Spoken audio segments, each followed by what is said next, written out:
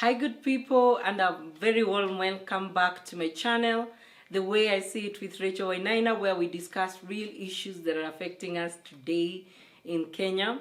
And as you know, it has been a packed 1.5 weeks where we've had various issues happening. But the first priority goes to the untimely death of many people in mysterious ways.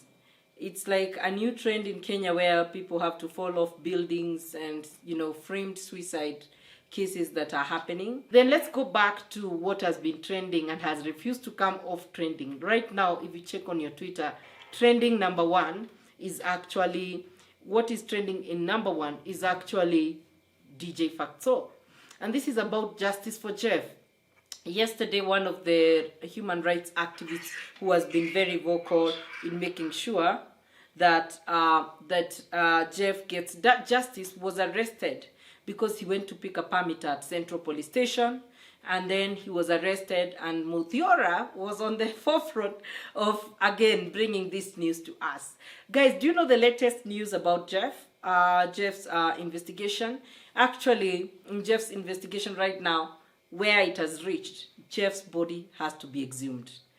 And actually, I really feel for the family, because I don't know who lied to them. There must have been manipulation for them to rush to bury the body. Or maybe they did it out of lack of hope, or maybe the mother needed to go back. And I think Muthiora delayed in unleashing this evidence. Maybe they had believed. Maybe I assume the family had believed that that was a case of suicide. Now that the police ruled it as a murder, a homicide, they said that the DCI said that they have already been done with the first part of the investigation. Now they are going to the second part of the investigation. Rumors have it that the murder weapon was found in DJ Faxto's house, and the murder weapon was a pillowcase. According to Muthiora, he says that the pillowcase had been washed like 1,000 times. But even if you wash it like 1,000 times, you need to wash it like 10,000 times for it to be clear of blood. So because of that, I think there's some very valuable evidence. But as you know, to prove a murder case is the hardest thing.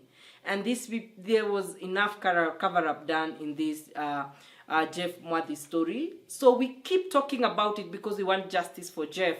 This guy is a possible case of sodomy, and that is a complete violation of human rights.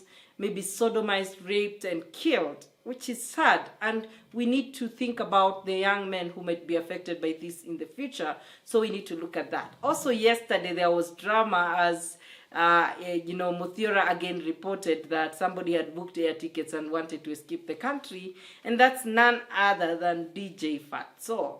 He wanted to go away from the country. He was told he can't leave the country when he has an active case in investigation, so he couldn't leave. Then the other thing that is happening in that story, of course, the body was supposed to be exhumed on Tuesday.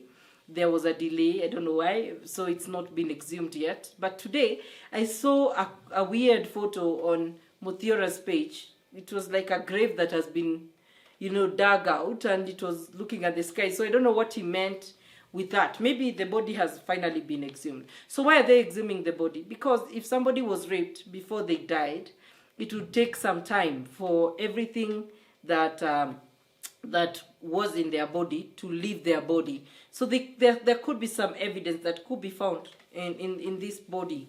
And the reason why I think nobody has been arrested yet, the police don't have a watertight case yet. That's just the truth. Wahome Thuku has been on Facebook telling people that stop jumping into conclusion, and telling people that you may be wanting justice, but justice does not mean it will come with DJ Faxto's arrest.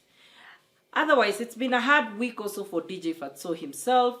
The fact that he was also forced to be alienated by people. I hear yesterday he went to Java in Westlands and everybody left, including the foreigners. This is how bad stuff starts to happen when you go there. And I've seen some people pushing a very sad hashtag, and so DJ Faxto should be very careful. I also hear he was kicked out of Quiver's Lounge yesterday night, and what he should be careful about is when people feel like they're not getting justice from the government. People might need to take justice in their own hands. So if he knows that he's innocent, he should better stay at home. until all this thing comes down, and all that. And so many other cases have come up. Oh gosh, guys, have you seen the videos of DJ Faxto's cousin? The live video he did immediately after the death of Jeff happened. It's crazy, guys. It's just totally out of this world. They were just, catching each other. Two guys, like really. This was on another level. I don't want to talk about these issues so much, but it's just clear that these guys are. That's what they are gay. We are not victimizing them for being gay, but we are saying this guy falling with his pants down and falling from a rooftop of a building after some guys wearing some gloves and some masks walk into the house, and then these guys are gay, is a very big explanation for what could have happened to Jeff. Anyway, Kenyans, what we do is we continue to hope for the best. We continue to hope to get good justice for Jeff, and the justice will be when the killers are gotten.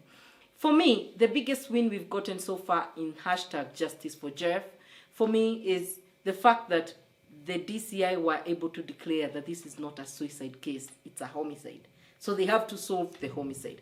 And I hear, from what I hear from the online platforms and what people are posting, I hear that this could be a double or triple homicide that has happened over a period of time. Remember that guy from Githurai who jumped from the 5th floor of the building? He was also working for DJ Faxto, and it was written as a suicide case. So all these cases now will be re-evaluated based on the evidence that the police get. I hear there is very incriminating CCTV footage in the custody of some people. And I hear the real reason why this case is being delayed is because in the first place, when this murder happened, when the body was taken, it was taken by police officers from Kasarani police station who were bribed. I hear there is a money trail that is making rounds. Like DJ Faxto withdrew money and actually paid some people on that same day that Jeff died. And these people are government of Kenya police. So if you're wondering why the government is not very fast to incriminate itself, of course, when an officer commits a crime like corruption and everything, that's government. So they have to cover their backs and everything, as we try to uncover all these cases.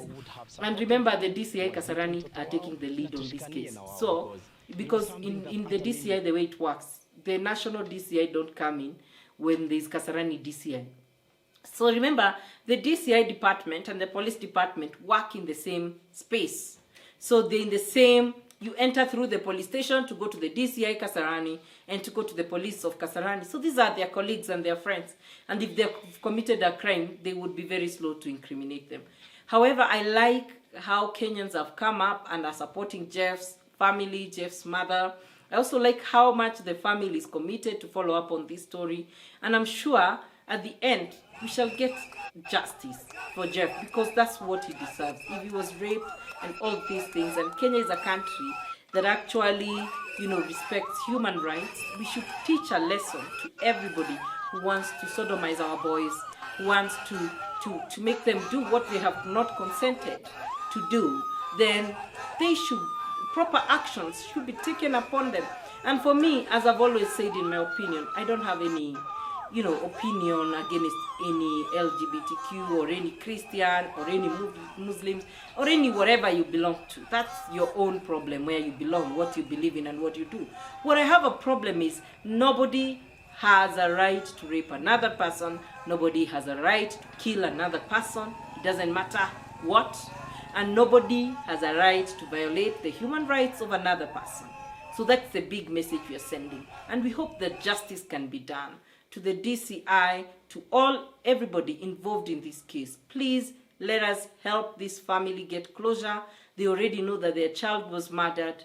Instead of living with all those questions, let's answer their questions and let justice be served. If it is not DJ Faxto who killed this Jeff, then who killed him? That's what we want to know. We are not pinning the murder on one person.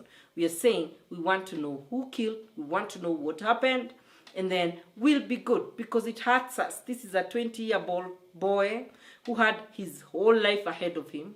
We have people under our custody that we take care of. We have our children, and we fear to live in Kenya in these times when people can just take your child, sodomize him, and kill him, and bribe police officers to get away with it. It's a terrible, terrible thing. So guys, you know, there has been a lot of stories. Just follow Mwangi Muthiora's page. I've just highlighted two. But there's been a lot of killings this week, and many killings that have also been linked to suicide. What is happening in this country? Let's keep following up. Let's keep following up each case that comes to our TV screens. With that said, the way I see it, as always, Rachel Wainaina here. Subscribe to my channel if you like my content. Also, leave me a thumbs up or a thumbs down. Or also, just put your comment on the comment section so that I can know your thoughts and your reactions to what I'm saying. And also, just keep interacting with me and watch out for more videos from The Way I Say It. Thank you.